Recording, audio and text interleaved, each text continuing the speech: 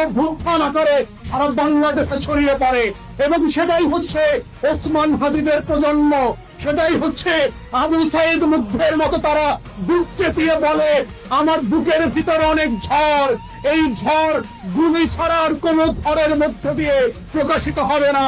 টয়লেটের সামনের রাস্তায় সিঁড়িতে ঘন্টার পর ঘন্টা দিনের পর দিন শোয়া রাখা লাগে, কিন্তু ডাক্তার নার্সের খবর পাওয়া যায় না। তখন বাংলাদেশের প্রত্যেকটা মানুষের হৃদয়ে ঝড় তৈরি হয়। আপনারা যখন মোলাদির হাসপাতালে যান, এখানে বিনামূল্যের ওষুধ কেনবার জন্য যখন আপনাদেরকে টাকা দিতে হয়, তখন মুলাদিবাসীর হৃদয়ে ঝড় তৈরি হয়। যখন আপনারা ডাক্তারের জন্য অ্যাপয়েন্টমেন্ট করেন, কিন্তু সেই ডাক্তার আপনাকে তার প্রাইভেট হাসপাতালের ঠিকানা দিয়ে বলে ওইখানে টেস্ট করতে হবে, তখন মুলাদিবাসীর হৃদয়ে ঝড় তৈরি হয়। যখন আপনারা রাস্তা দিয়ে হাঁটেন আর সেই ভাঙা রাস্তায় অ্যাক্সিডেন্ট করে আপনার প্রিয়জন মারা যায়, তখন সেই প্রিয়জনের কারণে আপনাদের বুকে ঝড় তৈরি হয়। যখন সোনার বাংলায় আপনার ছাত্রী, আপনার মেয়েটা স্কুল থেকে ফিরতি পথে ধর্ষণের শিকার হয়, তখন আপনার বুকের ভিতরে ঝড় তৈরি হয়।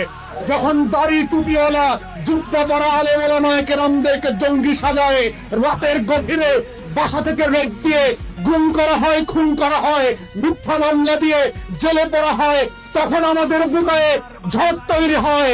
যখন স্বপ্ন চত্বরে আলেম ওলামায়ে কেরামকে লাখে লাখে বুলেট দিয়ে আহত করা হয়েছিল, লাশ গুম করা হয়েছিল, তখন বাংলাদেশিদের বুকে ঝড় তৈরি হয়েছিল। যখন বাংলাদেশের আনাচে কানাচে জমির দলিল করা থেকে শুরু করে সরকারি সেবা নিতে গেলে ঘুষ ছাড়া ফাইল নড়ে না, তখন আমাদের ভিতরে বুকের ভিতরে ঝড় তৈরি হয়। ওই তরুণ তরুণীরা প্রত্যেক দিন দেখেছে শহীদ হাদির মতো করে তাদের বুকের ভিতরে ঝড় তৈরি হয়েছিল, কারণ ইনসাফের বদলে তারা পরতে পরতে জুলুম দেখেছে, আজাদির বদলে বাংলাদেশকে বিক্রি করা যা দেখেছে। গত 16 বছর বাংলাদেশের শাসক গোষ্ঠী আমার স্বার্থ বেঁচে দিয়ে এই রাষ্ট্রের আজাদি বিক্রি করে দিয়েছে। সেই আজাদি বিক্রি করে দেখার কারণে এই তরুণ তরুণীদের বুকের ভিতরে ঝড় তৈরি হয়েছে, এবং সেই ঝড় ওসমান হাদির মুখ থেকে ইনকিলাব ইনকিলাব জিন্দাবাদ আকারে আমাদের আকাশে বাতাসে আবার আবাবিলের মতো নেমে এসেছিল। এটা হচ্ছে সেই ঝড়, এবং সেই ঝড় শুধুমাত্র বুকের ভিতরে থাকে না, বিপ্লব আকারে গণঅভ্যুত্থান আকারে সারা বাংলাদেশে ছড়িয়ে পড়ে, এবং সেটাই হচ্ছে ওসমান হাদিদের প্রজন্ম। সেটাই হচ্ছে আবু সাইদ মুগ্ধের মতো তারা বুক চেপিয়ে বলে, আমার বুকের ভিতরে অনেক ঝড়, এই ঝড় গুলি ছাড়ার কোন ঘরের মধ্য দিয়ে প্রকাশিত হবে না। মুগ্ধরা পানি বিক্রি করতে করতে বলে, আমার বুকের ভিতরের ঝড় গুলি ছাড়া, শাহাদাত ছাড়া শেষ হবে না।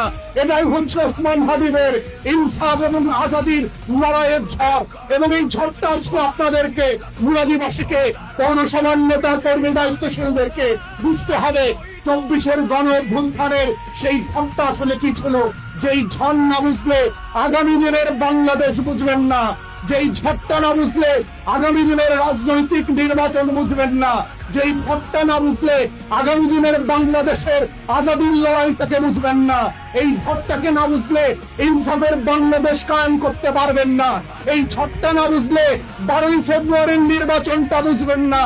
কিভাবে 16 দিনের মধ্যে দিয়ে বাংলাদেশে নতুন করে একটা নির্বাচনের আজাদির লড়াই আপনাদেরকে নামতে হবে। পারবেন তো সে আজাদির লড়াইতে নামতে? It's